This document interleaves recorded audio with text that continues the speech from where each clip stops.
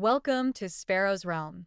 Chapter 1. The morning starts with the metallic taste of anticipation in the air, thick and strange, as if the city itself senses what's about to occur. Clara's apartment is silent, broken only by the mechanical ticking of a kitchen clock and the low thunder of her own heartbeat. She sits at the dining table, a mug of coffee untouched, watching shadows crawl across the wood as the sun rises. Every minute is a weight pressing against her chest. She doesn't hear Ethan enter until he's already halfway across the living room, his footsteps soft, rehearsed. He stands for a long moment, wordless. Then, in a voice both practiced and tentative, he says, "Clara, we need to talk." 7 years of marriage pivot on those words. Clara's fingers drum quietly under the table, perfectly still on the surface. Her expression is calm, neutral, as if she's just read the weather report. Inside, however, a wild, electrifying relief skitters under her skin, a secret she's too scared to show. Ethan isn't looking at her. Instead, he sets a sheaf of papers gently on the table, like a man placing flowers on a grave. His hands tremble almost imperceptibly. "She's different," he says. Not like he catches the words, shapes a new line. "Clara, she's pure. She's innocent with me." Clara nods, fighting back a dangerous laugh. In his mind, he's the star of a melodrama, guided by high ideals and noble heartbreak. A knight indulging a passing crush. If only he knew that this knight's damsel had been calling their apartment 3 nights a week, her voice shattering the silence, sobbing until the only response was Ethan's rushed promises. "It's fine," Clara replies, each syllable sliding over years of practiced indifference. She refuses to give him the satisfaction of a scene. He kneels next to her, his face close but not too close, wary of being wounded by rejection. "Clara. I owe her this. She's just a girl. She deserves a fresh start. You understand, right?" He's pleading, but not for forgiveness. For permission, maybe, or for an easy exit. Clara wonders which would hurt less if she tried to act heartbroken, or if she simply let him go. The papers remain between them, stark white, black type, cold. Clara stares at the lines of her name and his, the unceremonious end to what once felt infinite.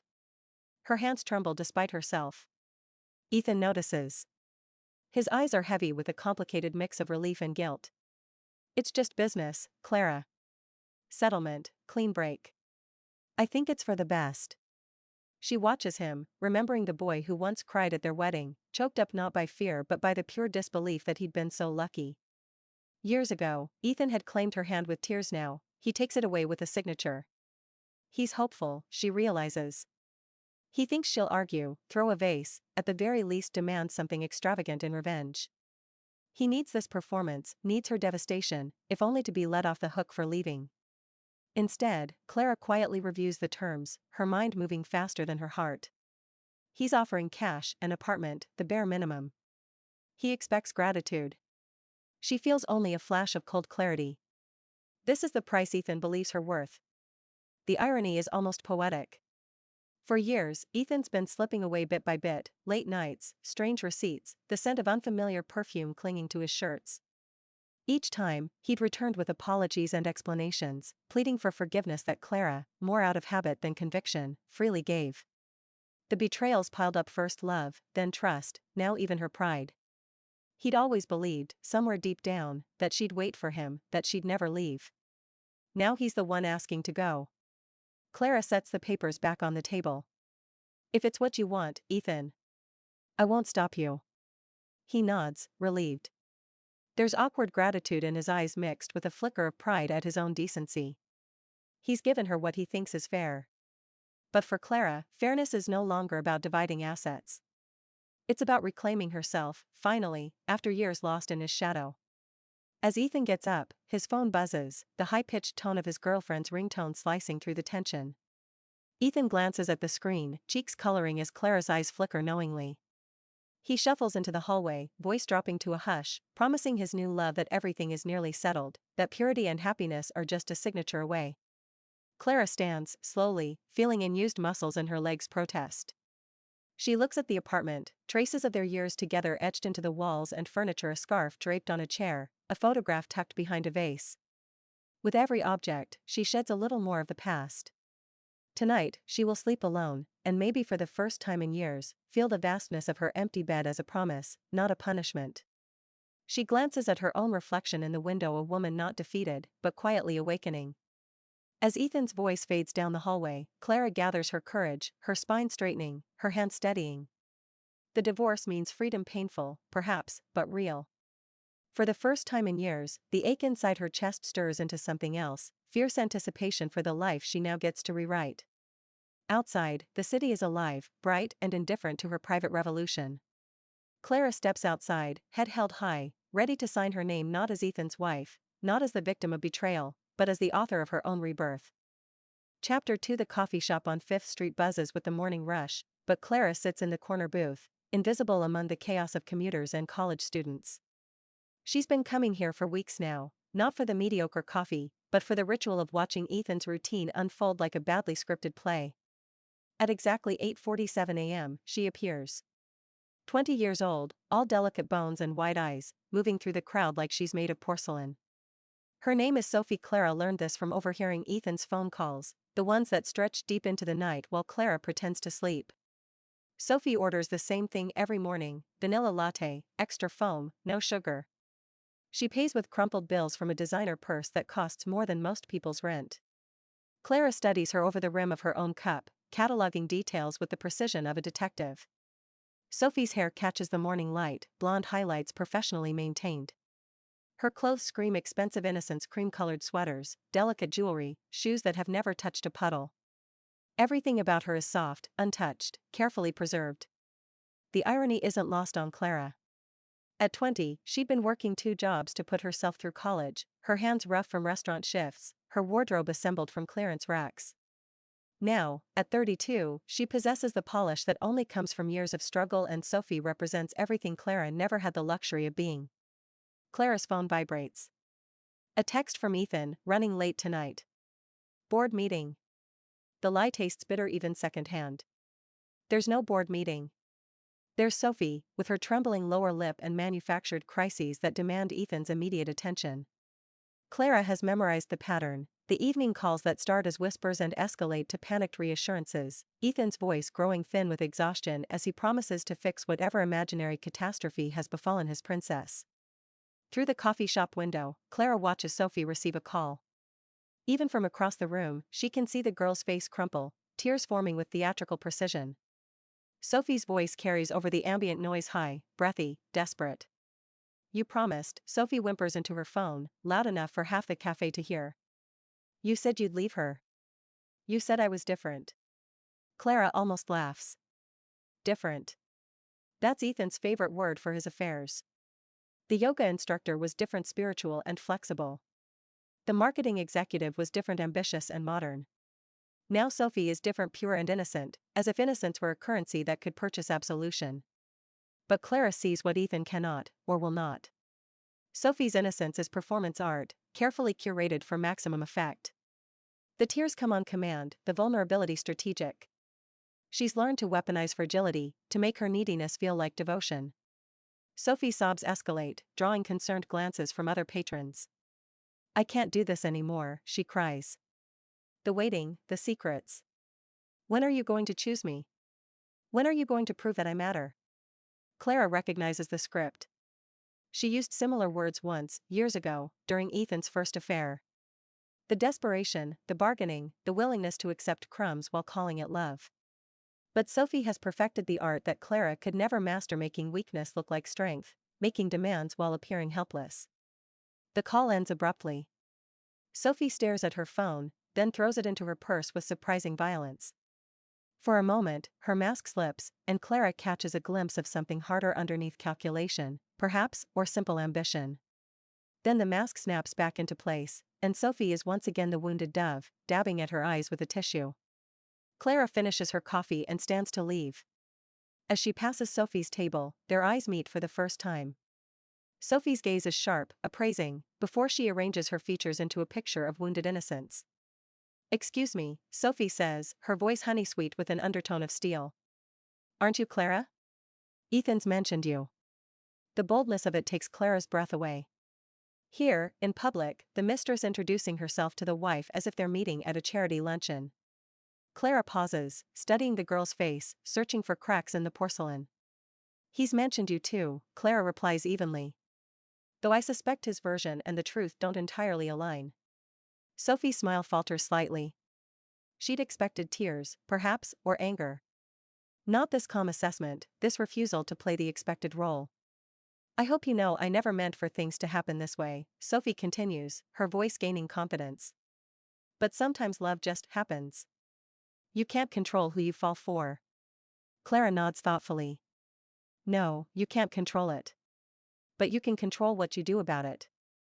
The words hang between them, loaded with implications. Sophie shifts uncomfortably, perhaps realizing that she's facing not a broken woman, but a woman who's been watching, learning, planning. Ethan says you've been together a long time. Sophie tries again, fishing for weakness, for the breakdown she needs to justify her actions. 7 years of marriage, Clara confirms. But I've learned that time doesn't guarantee anything. Sometimes it just gives you a clearer view of who people really are. Sophie's eyes narrow slightly, the innocent mask slipping again. He's not happy, you know. He told me he tells everyone what they need to hear, Clara interrupts gently. It's his gift. And his curse. She moves toward the door, then pauses. A word of advice, Sophie? Innocence is only charming for so long. Eventually, men get bored of saving the same damsel over and over. Clara leaves Sophie sitting in the coffee shop, her reflection caught in the window no longer quite as certain, no longer quite as innocent. The game has changed, though Sophie doesn't know it yet.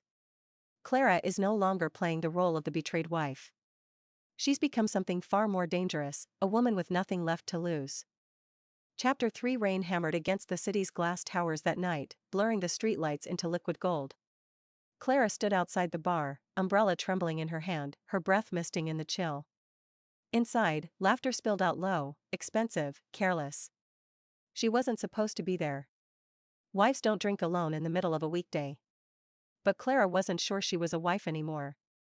She had found Ethan's cufflinks another woman's perfume clinging to them, a mix of arrogance and insult he didn't even bother hiding. That discovery didn't shatter her, it hollowed her out. An odd calm had come after the numbness. And now, she was here drawn toward noise, toward something alive enough to drown her silence. When she stepped inside, the air hit her, whiskey, sweat, electricity, music pulsing like a heartbeat trying to remember its rhythm. She moved through the crowd like a shadow, sleek and deliberate, her heels clicking against the floor. She didn't notice him at first, not until she felt eyes on her. A quiet kind of attention, like a flame glancing over skin. He sat at the far end of the bar, dark hair tousled, a bruise greening along his jawline, his white shirt unbuttoned carelessly. Even battered, there was something magnetic about him, a man forged from indulgence and defiance. When she looked back, he smiled, slow and knowing. Rough night, or just trying to look mysterious? His voice was smooth, every word dipped in danger. Maybe both, Clara said, sliding onto the stool beside him. Then cheers to bad nights, he murmured, raising his glass. I'm Max. She smiled without meaning to. Clara. Clara, he repeated, tasting her name like a secret. You don't look like the kind who comes here to drink away problems. You look like the kind who knows exactly what she's doing. If I did, I wouldn't be here, she said dryly. He chuckled, leaning closer. Then maybe it's time you stopped thinking so much. It should have ended their idle flirtation between strangers, a brief escape. But something in Max's confidence, the way he looked at her like she was a challenge instead of a wound, broke through her restraint. They talked. About nothing and everything. About music, family, the weight of expectations. Each drink eroded another layer of guilt until the pain dissolved into heat. Outside, the rain thickened. Inside, Max's hand traced her wrist lightly, testing boundaries. You should smile more, he said. You have the kind of sadness that begs to be lit on fire. And you, Clara replied, have the kind of arrogance that should come with a warning label. That made him laugh, the kind of laugh that disarmed defenses. Maybe. But arrogance looks better when someone calls you out on it. The night blurred. Words turned into touches, touches into hunger.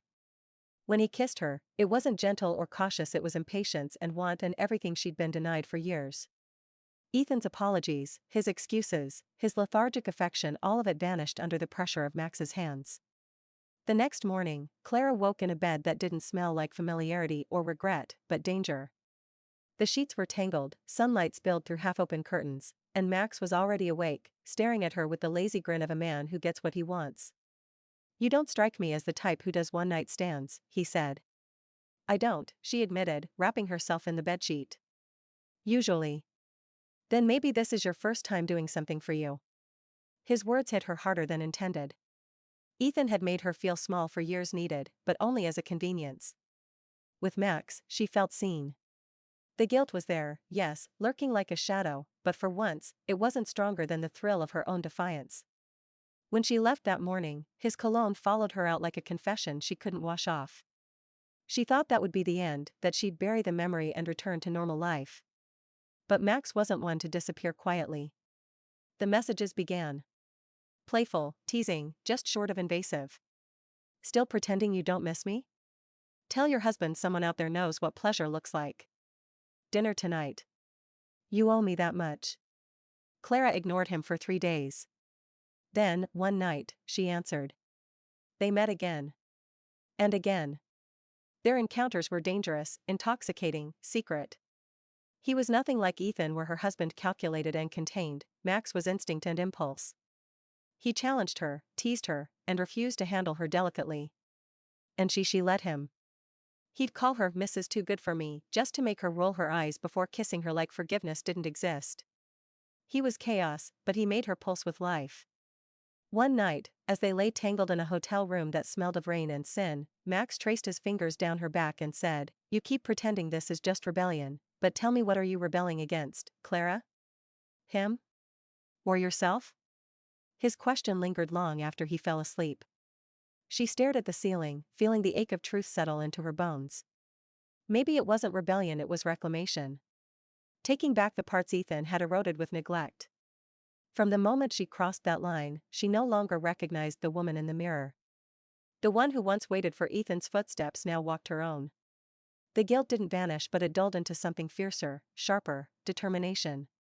Over the next months, Clara learned that Max wasn't just some charming distraction. He was ruthless in business, son of an old money family, accustomed to getting what he wanted. And what he wanted, increasingly, was her. When she tried to pull away, he laughed. "You can't run from something that already belongs to you." "I belong to no one," she snapped. "Then prove it," he said, eyes glinting with challenge. "Stop hiding like a woman waiting for permission." It was the first time anyone had dared her to be free. By the time Ethan announced he wanted a divorce, Clara had already made peace with her sin. She didn't tremble because she was losing him, she trembled because freedom was no longer hypothetical. It was real. It had a taste. It had a name. Max. He wasn't her salvation, she knew that much. But he had reminded her what it meant to feel, to exist outside Ethan's shadow. Whether that made him poison or cure, Clara hadn't yet decided. All she knew was that when Ethan handed her the divorce papers, she no longer felt broken. She felt reborn, and that dangerous, unapologetic rebirth had begun the night she let a stranger kiss her in the rain. Chapter 4. The law offices of Harrington and Company are all glass, steel, and the faintest scent of lemon polish, a monument to power, sharpened by airs of courtesy. Clara waited in one of those sterile conference rooms, her hands folded on the marble table. The divorce agreement sat unopened in front of her, its white pages too heavy for how thin they looked. Through the glass walls, she saw Ethan pacing in the lobby, phone pressed to his ear, the edges of his suit rumpled from a night at someone else's apartment. There was no storm of emotions inside Clara, just a silent calculation. She had spent the entire morning cataloging indignities, the affairs, the dismissals, the countless times she'd played along to keep the peace. Today, the game was hers. She would write the rules. The door swung open. Ethan swept in, all forced composure. Beside him, his lawyer, a silver-haired fox with a smile as sharp as an invoice. Ethan's voice trembled only a little when he said, "Let's make this as painless as possible." Clara glanced at his lawyer, then at the stack of papers. Of course. Her voice sounded foreign to her own ears, layered, precise, implacable. Ethan launched into his script, rehearsed and tidy. Apartment, car, alimony for 2 years. Enough, if she managed small dreams and smaller ambitions. He expected either a tearful collapse or a grateful sigh. But Clara simply picked up a pen and began to edit. I want 50% of your company's shares, she said, evenly, knowing the words would split the room. The air left the space in a punch. Ethan blinked, not quite processing. His lawyer's pen froze mid-scribble. Ethan found his voice. The cash is more than fair, Clara. The apartment, keep your apartment, she said, not looking at him. I want the shares, not the shell. I built this business alongside you. Every penny of my inheritance, every late-night dinner I endured with investors, every time I picked up the slack when you were distracted. She let that word hang, dagger sharp. You win your freedom. I win my share. Ethan started to protest, but Clara cut him off. You know, I was the one who saved the company when your tech launch flopped and nearly tanked our finances. You know, the board only tolerated your sloppiness because I could read the numbers and play the game. I want proof my time meant something. He shot a look to his lawyer, who lifted a brow in surprise as if, after everything, Clara was still supposed to behave, to take her quiet exit and melt away. Ethan's voice dropped to a hiss. If you take half the shares, you tie my hands. You know, I have partners who. Clara's eyes cooled. Not my problem anymore, Ethan. I deserve what's mine. A quiet beat of silence. Ethan deflated, understanding that resistance would drag this into the mud, and his new lover didn't want mud, she wanted a clean fairy tale. He relented, but not without bitterness. Fine. But no voting power, and a price cap on liquidation. You get your half, but you let me run my company. Add the market value equivalent in cash, discounted, so I'm not left if you sink the ship, she demanded. She'd done her homework. The company's most valuable assets couldn't be liquidated without her assent now. Ethan's lawyer began redrafting, quietly impressed by her poise. Papers shuffled. Details finalized, percentages, clauses, signatures. Clara's hands did not shake. When the final version was ready, Ethan glared at his signature, jaw clenched. You win, Clara, he muttered, purposeful in his martyrdom. You always said business isn't personal. Congratulations. She offered a paper-thin smile. I learned from the best. The meeting ended in a murmur of chairs. Ethan left in a flurry of cologne and resentment, hurrying straight from one lawyer's office to another woman's arms. Clara lingered, reading over her new future, a stack of numbered shares and the knowledge that she'd finally put herself first. In the lobby, Ethan waited for the elevator, his new girlfriend's voice piping up on his phone speaker. Is it done? Did she take everything? Did she cry? Clara watched him answer, voice flat. She got what she wanted. Let's move on. He didn't look back as the elevator doors closed. Outside, Clara walked under hard sunshine, her steps lighter than they'd been in years. Strange, how the act of taking what was hers brought not triumph but relief, a clean slate and air she could finally breathe. Her lawyer caught up, breathless. Most women, they don't fight like that. Are you sure you're ready? The board may not go easy on you. Clara straightened her shoulders. They learned to respect me years ago. They just forgot. Time I remind them. Evening came with a phone call from Max, her secret ally, her inconvenient sin. How did it go? He asked, voice raw with anticipation. I got what I deserved, she replied, a slow smile blooming. I finally stopped apologizing for wanting more. Max laughed, satisfied. Welcome to the game, Clara. Now you play for yourself. That night, washing off the day's battles, Clara looked in the mirror at a woman changed. The lines of worry faded, replaced by the hard angle of resolve. The world, the business, the city, even love suddenly felt less like a prison and more like a field ready for conquest. For the first time since Ethan mentioned another woman, Clara felt nothing but power. No guilt, no regret. Only the delicious certainty of a future shaped by her own hands. She poured herself a glass of wine and toasted her reflection, the survivor, the negotiator, the woman no longer afraid to demand everything she was owed. Tomorrow, the real work would begin. Chapter 5. The morning of the final signing unfolds in a haze of absurd spectacle, as though fate itself can't decide whether to grant Clara tragedy or comedy. When Ethan arrives to drive her to the Civil Affairs Bureau, he's not alone. The latest luxury sedan, the one he bought to mark new beginnings, gleams at the curb. Stickers and gold decals are plastered along the rear window, reserved for Her Highness. Others get out of the way. The driver's seat smells faintly of lilies and enchanting vanity. Clara almost laughs, swallowing the urge. She slides into the front, pointedly ignoring the back seat where Ethan's girlfriend always insists on sitting. Ethan attempts small talk: weather, traffic, how the coffee shop on 4th is overpriced now that it's trendy. His hands ring the steering wheel, searching for any grip of normalcy. 20 minutes in, his phone starts buzzing. The screen flashes princess, followed by a string of heart emojis and a photo of his girlfriend pouting in soft focus. Her voice, when Ethan answers, is loud enough to fill the car's silence. Ethan, why isn't it done yet? You promised you'd divorce her. You said you'd leave with nothing if you had to. Are you lying to me? Did you change your mind again? He pleads for patience, murmuring about buffalo wings, another private joke with the girlfriend, another thing Clara is supposed not to notice. Even so, his expression flickers with irritation. Clara wonders if he regrets anything or if he's only frustrated that happiness, for men like him, never arrives without a wait. She sits quietly, texting Max beneath her coat. Safe landing. Missed you. Make it official when I get back. A tiny grin curls her lips. When Ethan glances over, suspicion clouds his features. Who are you talking to? Someone who knows that what matters isn't the seat you sit in, but whether you're driving the car, Clara answers, gaze steady. She's done explaining her life. Ethan pulls up outside the bureau, fidgeting. If you have trouble with the transition, you know you can still call me, right? I don't want you to struggle. Clara almost pities him. Despite his betrayals, some ancient, debt-ridden part of him cares. The moment is brief and heavily awkward. She softens her tone, but just barely. Thank you, Ethan. But I'll be just fine.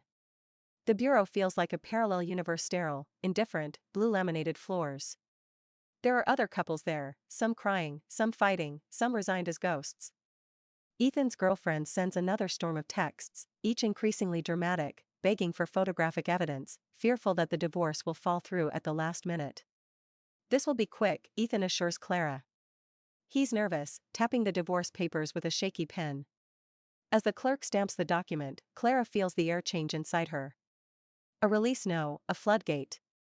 She signs, clears her throat, and slides the papers across.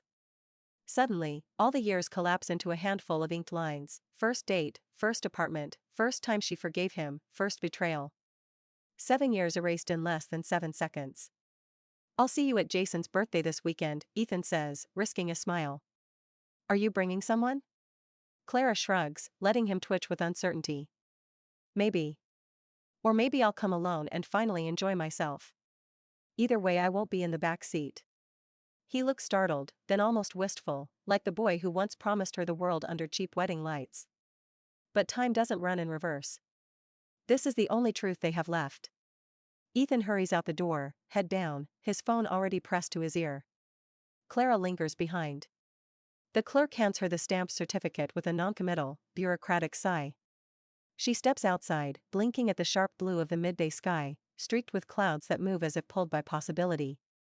There are no tears, just a brightness in her chest, wild and bright, a feeling she struggles to name. Not relief. Not sorrow. If it's grief, it's the kind with wings. Her phone vibrates. Max, you done? Time to celebrate your escape. Clara, I'll let you know when I'm ready for my parade. For the first time in years, nobody is waiting for her in a back seat, or a kitchen, or a locked phone. She is on her own with freedom that is sharp-edged and dazzling, a future wide open and entirely hers. As she walks away from the bureau, she doesn't look back. Ahead, the road unfolds, sunlit and unclaimed. Chapter 6. Jason's birthday was supposed to be civil wine, small talk, laughter staged over fine china. Instead, it became a battlefield dressed in cocktail attire. Clara knew the moment would come, it was only a matter of when. She walked into the penthouse hall draped in black satin, her posture a declaration. Heads turned not out of curiosity, but because strength, when rediscovered, commands attention. The lights glimmered off crystal glasses and uneasy smiles. Ethan was already there. He arrived early, predictably nervous, his girlfriend hanging on his arm like a trophy and radiating insecurity from every inch of her perfectly glossed lips. Sophie had gone with a soft pink dress and diamond earrings, the picture of youth and possession. As soon as Clara entered, the air thickened. Conversation faltered, laughter caught mid-breath. Jason, ever the oblivious friend, raised his glass. Clara. Ethan. Wonderful both of you made it. Didn't expect civil coexistence so soon. Clara smiled faintly, neither confirming nor denying the assumption, and took a glass of champagne from a passing waiter.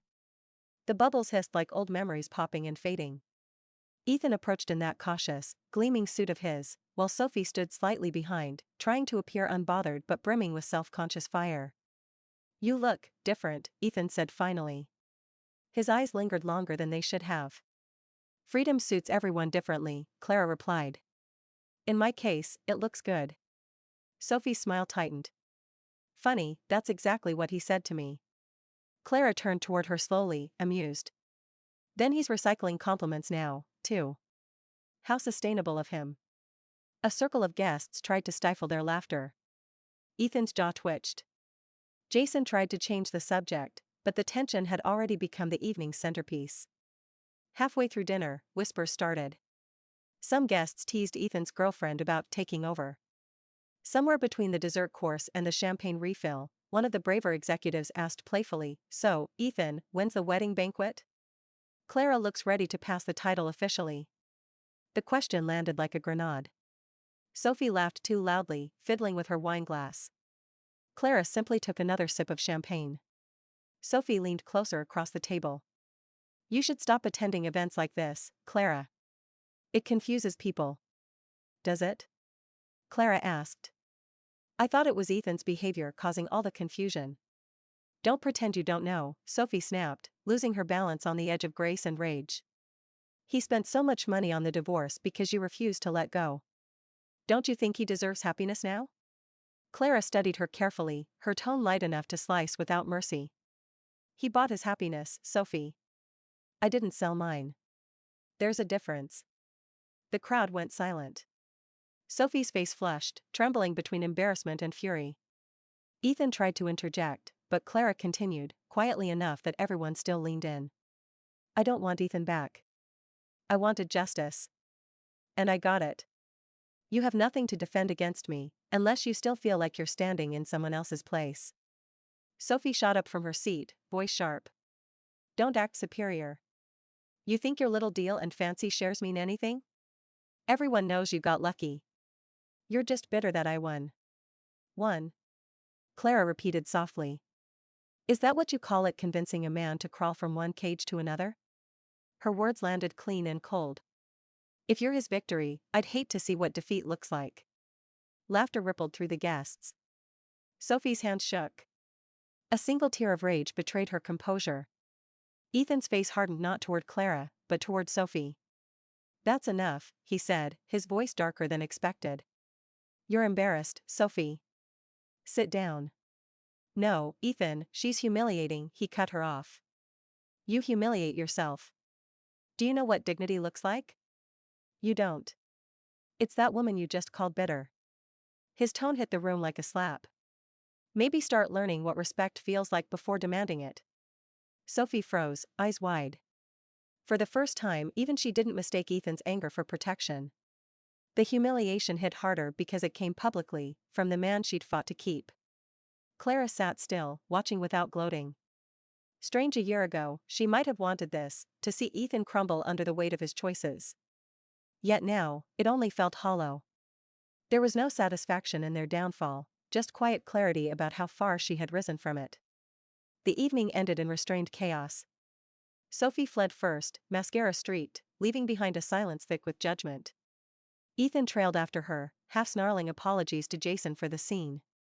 Guests broke into murmurs as Clara stood by the balcony, cool night air brushing against her bare shoulders. Jason joined her, refilling her glass. You handled that well, he said. I just stopped letting people rewrite my story for me. Ethan still loves you, you know.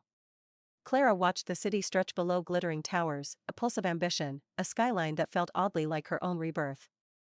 Maybe he does, she said. But love without growth is just nostalgia. And nostalgia doesn't build futures. When the crowd thinned and the laughter dulled, she gathered her things, her heels echoing down the marble floor. Outside, Ethan waited by his car, leaning against the door like a man unsure whether to leave or chase another ghost. I was wrong about you, he admitted quietly. For years, I thought you'd never leave me. That was my arrogance, not love. Clara stepped closer, the city lights pooling in her eyes. We all get arrogant when we think someone will stay forever. He hesitated. If I told you I still think about you, I'd tell you that you should start thinking about yourself instead. She smiled and brushed past him. As she walked into the night, his voice followed. For what it's worth, Clara, you win. Without turning around, she said softly, it was never a competition. And then she was gone out of the doorway, down the quiet street, into the city where her future waited without apology or permission.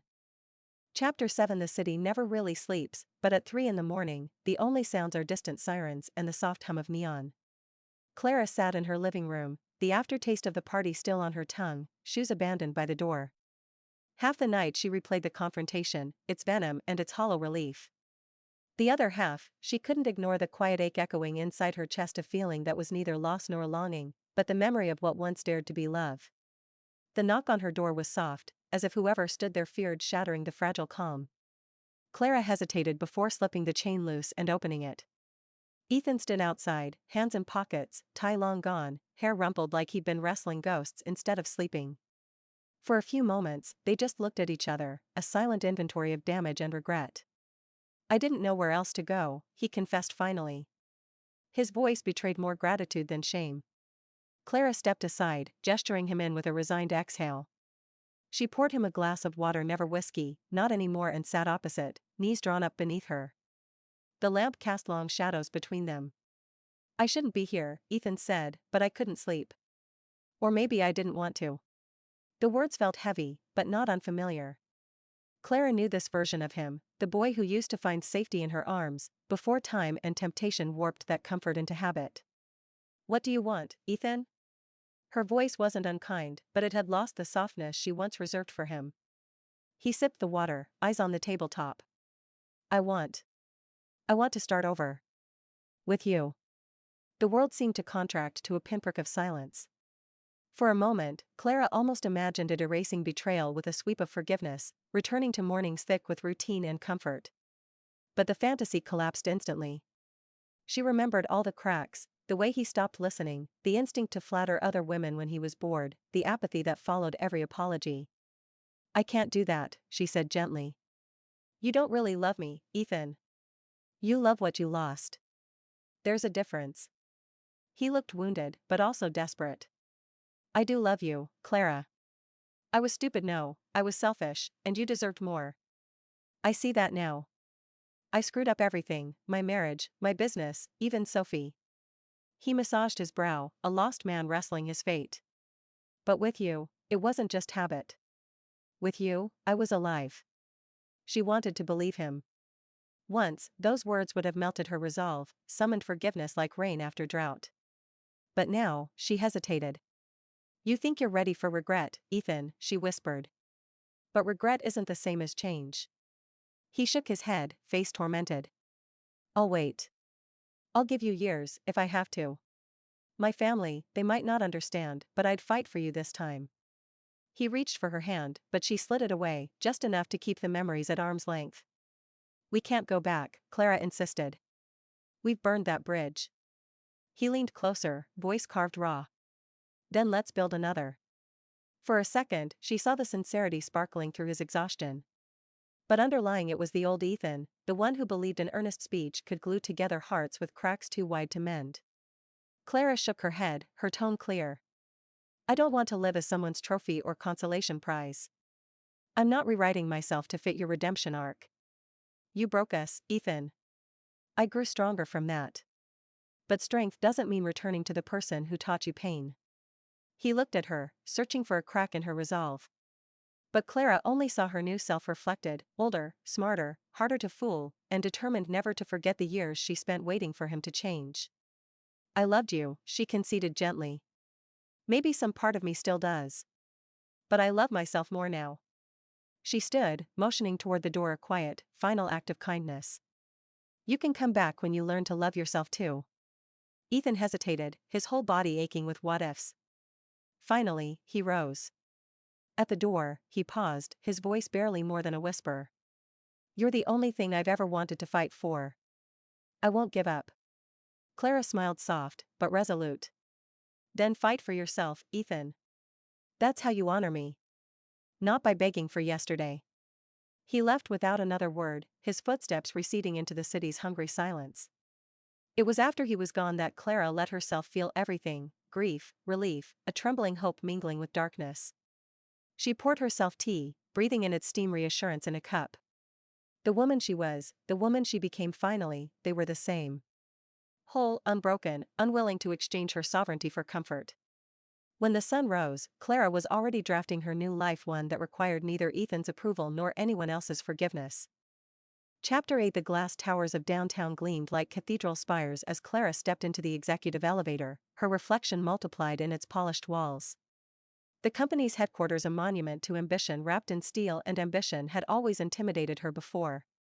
Today, it felt like coming home. She carried herself differently now. Gone was the dutiful wife who attended board dinners as decoration. In her place stood a woman who owned 49% of the company's future, armed with spreadsheets that could demolish reputations and a memory sharp enough to cut through years of condescension. The elevator opened onto the 23rd floor. Margaret, the longtime secretary, looked up with barely concealed surprise. "Mrs. Chen, I mean, Miss Foster," Margaret stammered, adjusting to Clara's reclaimed maiden name. "I didn't expect," neither did anyone else, Clara replied with a smile that was all steel beneath velvet. "That's about to change." Word of her arrival spread through the office like electricity through water. Clara walked the halls she once visited as a guest, noting the shift in energy. Conversations halted mid-sentence. Eyes followed her movement with newfound wariness and respect. She found David Chen, the CFO, hunched over quarterly reports in his corner office. He glanced up, doing a double take when he saw her. "Clara? What brings you here?" She settled into the chair across from his desk, crossing her legs with deliberate ease. "My shares bring me here, David. 49% of them, to be exact." His pen stopped moving.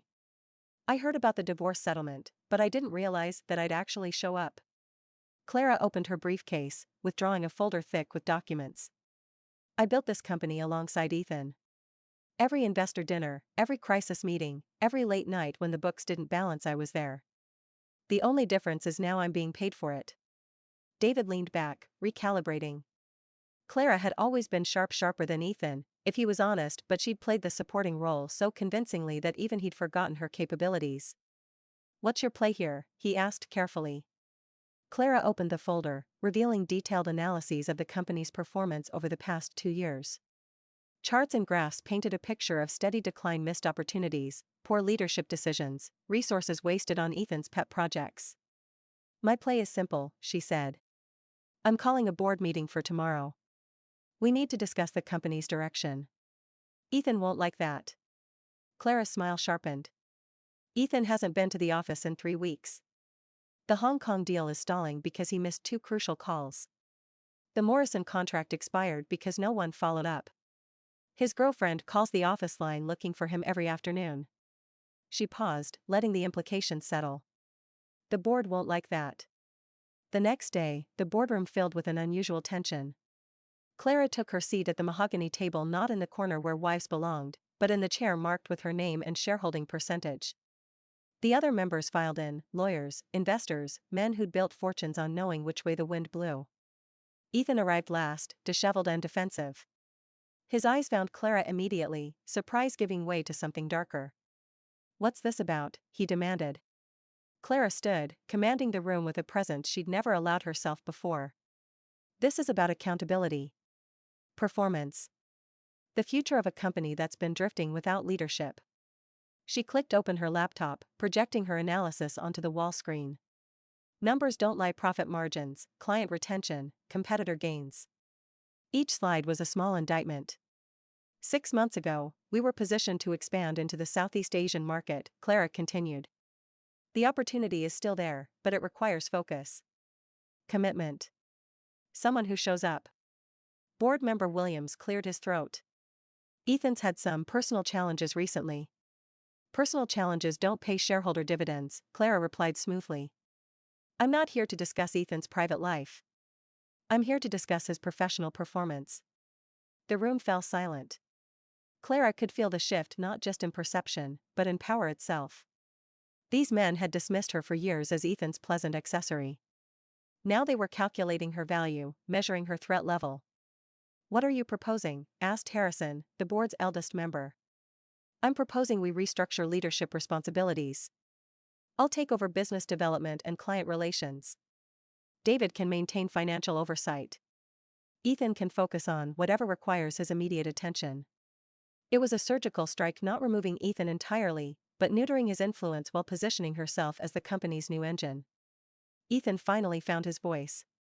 "You can't just walk in here and I own 49% of this company," Clara interrupted. "I can walk in here and do whatever serves the shareholders' interests." The vote was closer than it should have been. Old loyalties and gender biases ran deep, but Clara had done her homework. She'd spent weeks courting key investors, demonstrating her competence, proving she was more than Ethan's discarded wife. When the gavel fell, Clara Foster was officially named Vice President of Business Development, with expanded authority over client relations and strategic planning. As the board dispersed, Ethan lingered, his face a mix of admiration and betrayal. "This isn't over," he said quietly. Clara packed her laptop with unhurried precision. "You're right. It's just beginning." She looked up, meeting his eyes directly. "I learned from watching you, Ethan. The difference is, I learned what not to do." Walking out of the boardroom, Clara felt the weight of transformation settling into her bones. Not just professional advancement, but personal resurrection. She was no longer defined by what she'd survived, but by what she was building. The city stretched below her office window, her office now full of possibility and sharp with promise. She had work to do. Chapter 9. The months that followed felt like living inside a furnace. Every day burned with ambition, tension, and the crackle of power shifting hands. Clara had learned that leadership wasn't about confidence alone, it was about surviving the quiet wars fought behind handshakes and polite smiles. On paper, her new role as Vice President of Business Development looked impressive. In the real world, it was a gauntlet. Ethan's old allies tested her every move, waiting for her to stumble. But Clara didn't stumble. She learned to turn their whispers into weapons. The office, once a kingdom ruled by Ethan's charm, now thrummed with Clara's authority. Memos were shorter. Deadlines were sharper. Performance rose. And still, friction flowed through the air like static before a storm. Most of that friction had a name: Sophie. Though she'd once been satisfied with being Ethan's prized ornament, Sophie's obsession now extended into business. She appeared at meetings uninvited, feigning curiosity about Ethan's work. Employees whispered when she tottered through the halls in designer heels, a disruptor masquerading as an accessory. Clara stayed composed. The staff learned quickly that her calm was never passive, it was the quiet before strategy. One Monday morning, as the executive team gathered for the quarterly review, Sophie swept into the conference room with practiced false cheer, perching beside Ethan like a throne reclaimed. Ethan's discomfort was palpable, his reputation already frayed by whispers of absenteeism. "Good morning," Sophie said brightly, interrupting Clara's presentation slide halfway through. "Ethan wanted me to sit in today just to understand the dynamics of how the company runs." Clara didn't flinch. "Of course," she said with polished grace. "Understanding how things run is the first step to preventing them from falling apart." Sophie smiled, caught off guard, then crossed her legs tightly under the table. The presentation continued: charts, trajectory projections, expansion plans to stabilize the international portfolio. After years of cleaning up Ethan's decisions, Clara understood the machinery of the company better than anyone. She delivered each line with precision, every word a quiet reclamation of her legacy. Halfway through the meeting, Ethan interrupted, tone defensive. "That's not the full picture, Clara. The sales dip in Q3 wasn't my oversight, it was a supply issue." Clara turned to face him squarely. "There are always supply issues, Ethan. Leadership is about anticipation, not excuses." The room stilled, a kind of collective holding of breath. Ethan reddened but said nothing. Sophie's hand crept under the table, landing on his knee as if to soothe him or to remind him to stay silent. Afterward, Sophie followed Clara into the corridor, her steps echoing like high heels before a duel. "You love embarrassing him, don't you?" she hissed. "You think you're so powerful because you can out-talk him in front of others." Clara's voice stayed even. "I don't humiliate, Sophie. I hold accountable. There's a difference, one you'll need to learn if you ever expect to stay by his side." Sophie scoffed, her carefully engineered poise beginning to crack. "You act like you're better than me. But you're just a woman who got lucky during a divorce, don't forget that." Clara leaned closer, her voice quiet, firm as iron. Luck has a funny way of favoring those who plan for it. Then, almost kindly, run along, Sophie. You're out of your depth in this building. By the end of that week, internal rumors of Ethan's incompetence spread, unspun by Clara herself. Small things caved in around him, projects delayed, emails silently redirected, board members beginning to defer to her without needing to ask. Ethan tried to fight back, but his grip loosened every time Sophie made a scene. And the scenes kept coming. Once, Sophie barged into the lobby shouting, "You'll lose everything if she keeps running things," while security stood paralyzed. She accused him of neglect, of staying late for her. It wasn't dignity, it was a spectacle too dramatic for business and too pathetic for romance. Clara watched from her office window above as Ethan tried and failed to calm the chaos below. The more he tried to manage the situation, the more apparent it became to the board that Clara was the company's anchor. Later that evening, David entered her office, shaking his head. "She's destroying his credibility," he said. "She's speeding up what was already inevitable," Clara replied, eyes fixed on the skyline. "People always reveal their truth under pressure." He studied her for a moment. "And what about you, Clara? What's your truth now that you have what you wanted?" Clara smiled faintly. "This isn't what I wanted, David. It's what I earned." When she left the building that night, the air tasted like rain and revolution. Her car idled at the curb, and as she opened the door, a familiar voice spoke from the shadows. "Still conquering empires without breaking a sweat?" She turned. It was Max, leaning against his own car, hands in his pockets, grin equal parts mischief and concern. "Some empires need breaking before you rebuild them," she replied softly. He stepped closer, brushing a raindrop from her cheek. "You always did have fire in you. Careful, though. Too much fire, and even queens burn." Clara met his eyes squarely. "Then I'll burn brighter than the last man who underestimated me." They stood there for a moment, the city reflecting in both their eyes, rain misting between them. Inside the tower, the storm brewed louder whispers, plots, and shaky alliances. Ethan was unraveling publicly, Sophie, hysterical behind him, still demanding control. And within it all, Clara remained the calm eye of the storm. Flames and friction were inevitable in power's orbit, but in those sparks, Clara saw something no one else could. The beginning of her empire. Chapter 10. The city's night carried its own kind of pulse, electric, unpredictable, alive. Inside the high-rise apartment, Clara stood by the floor-to-ceiling window, the lights of downtown swinging like gold fireflies beneath her. She had just ended a 14-hour day, and though exhaustion pressed on her shoulders, her mind refused to rest. Every deal, every confrontation, every sharpened maneuver replayed itself in her head. Then a soft knock. Low, confident, unmistakable. "Max." He didn't knock like a man seeking permission, he knocked like someone announcing his inevitability. Clara opened the door to find him leaning against the frame, sleeves rolled to his elbows, eyes alight with mischief and something darker longing cloaked in arrogance. "You look like you've just conquered the world," he murmured, stepping in, uninvited yet entirely welcome. "Not the world," Clara replied, setting her wineglass down. "Just one small empire. But it's exhausting work cleaning up after men and their egos." Max chuckled, closing the door behind him. "Careful, darling. The last time you said that, you ended up with me." "That wasn't cleaning," she said, turning toward him with a faint smirk. "That was research." He was beside her before she could take another breath, the calm before the inevitable gravity that always pulled them together. His hand rested against the small of her back, fingers tracing upward in lazy teasing lines. "And what did your research conclude this time?" "That I should stop mixing business with pleasure." His lips brushed her ear. "Then you should probably ask me to leave." She didn't. Max was chaos personified, the heir to a powerful conglomerate who treated every boardroom like a playground and every rule like a dare. He wasn't the sort she should be seen with, not now, not as her position balanced on corporate fire, but he was the only one who made her remember that she was still human underneath her armor. He dropped his jacket lazily on her couch, crossing the room with a cat-like ease that infuriated and thrilled her in equal measure. "You've been avoiding me, Clara."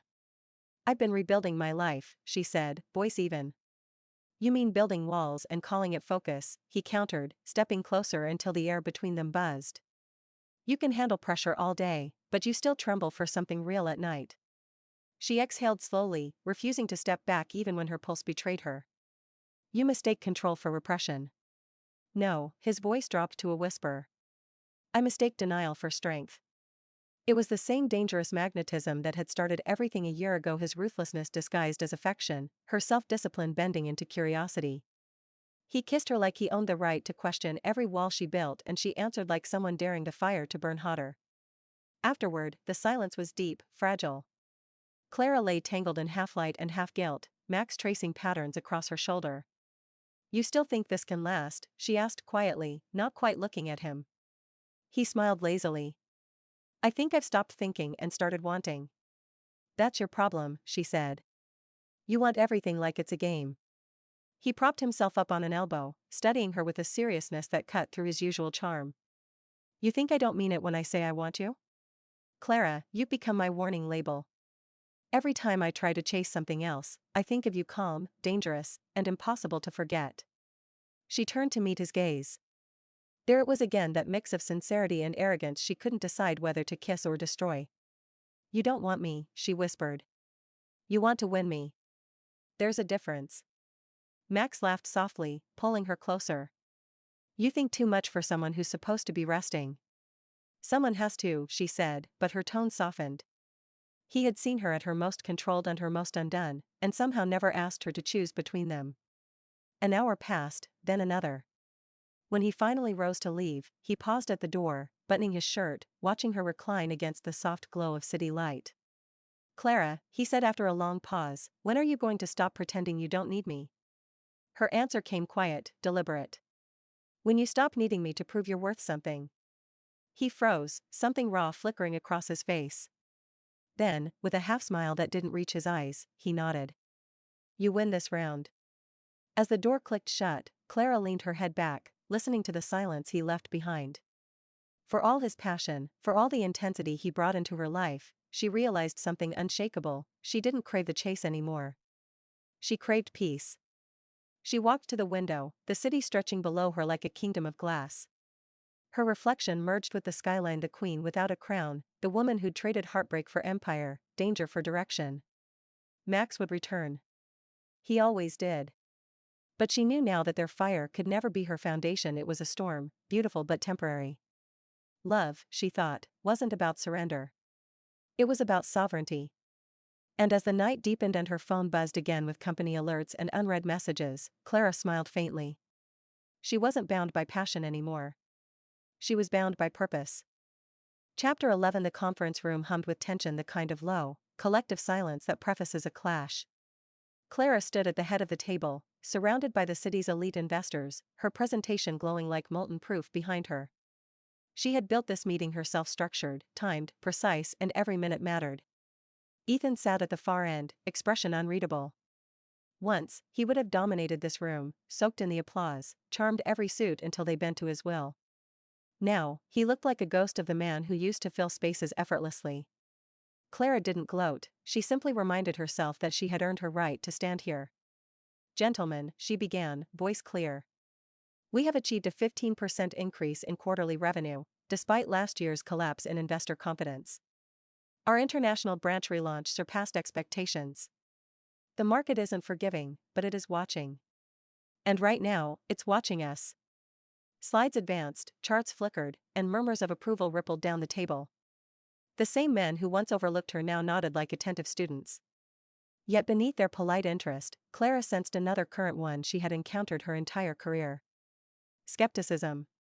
As she outlined her strategy for sustainable growth, Harrison, the oldest board member, raised his hand, leaning forward with the heavy authority of decades in business. Miss Foster, he said, his tone patronizingly slow. What you've done here is impressive, but you've taken rather aggressive measures for such a short tenure. And forgive me, your vision, while ambitious, might come across as impulsive. Clara smiled, controlled, poised, the way a queen addresses a pawn that underestimates her reach. Aggressive is what people call ambitious when a woman does it, she replied calmly. The room stirred, a few younger executives shifted uncomfortably, others smirked behind their hands. Unfazed, she continued. Impulsiveness implies a lack of strategy. What I presented today is groundwork that's been in motion for over a year. Perhaps you didn't see it, but then again, many people didn't see me for years. Doesn't mean I wasn't doing the work. The silence that followed sounded almost like respect being born. When she finished, Margaret entered quietly, whispering something into her ear, a journalist from the Meridian Business Review waiting for an interview downstairs. Clara nodded, excusing herself with grace. As she left the conference room, Ethan's voice followed her low, uncertain, carrying traces of something wistful. You handled them better than I ever did. She didn't turn around. That's because I've been handling you my entire life. Downstairs, the lobby was a different world. Reporters, photographers, the flashing symbols of public validation she'd never courted but now wielded expertly. The young journalist stood nervously clutching her recorder, cheeks flushed. Ms. Foster, thank you for agreeing to speak with me, she said quickly. Your rise has inspired a lot of women in finance. How does it feel to be, well, the symbol of breaking barriers? Clara considered the question for a moment. It feels like people have been waiting for permission to believe women can lead, she said. The truth is, we've always been leading. We just weren't being heard. The reporter nodded rapidly, encouraging her. And what advice would you give to women trying to rise in male-dominated fields? Clara's smile softened, genuine behind the steel. Don't wait for validation. Don't ask to sit at their table, build your own. You don't break a glass ceiling by tapping gently, you shatter it by being so undeniable that the cracks form themselves. When the interview ended, the young woman looked inspired, awed. Clara saw herself in her, the same hunger, the same unease of trying to fit into spaces not designed for you. Later that evening, in her office, the skyline shimmered against glass as she reviewed her next agenda. Memos, approvals, partnerships. The city glowed below her like a promise. David entered quietly. You're officially on the cover of next month's Meridian Review, he said with a grin. They're calling you the Iron Visionary. Creative, Clara mused. And slightly terrifying. He hesitated. Some people still doubt you, you know. They admire you, but they doubt you. Clara looked up. Good, she said simply. Doubt keeps them watching. And while they're watching, I'm working. After he left, she allowed herself a moment to breathe, to acknowledge how far she'd come from the woman trembling over divorce papers. The girl who had once settled for survival was now rewriting the culture of power itself. Yet, under her pride, there lingered something quieter, a restlessness. She had everything she fought for: respect, autonomy, authority.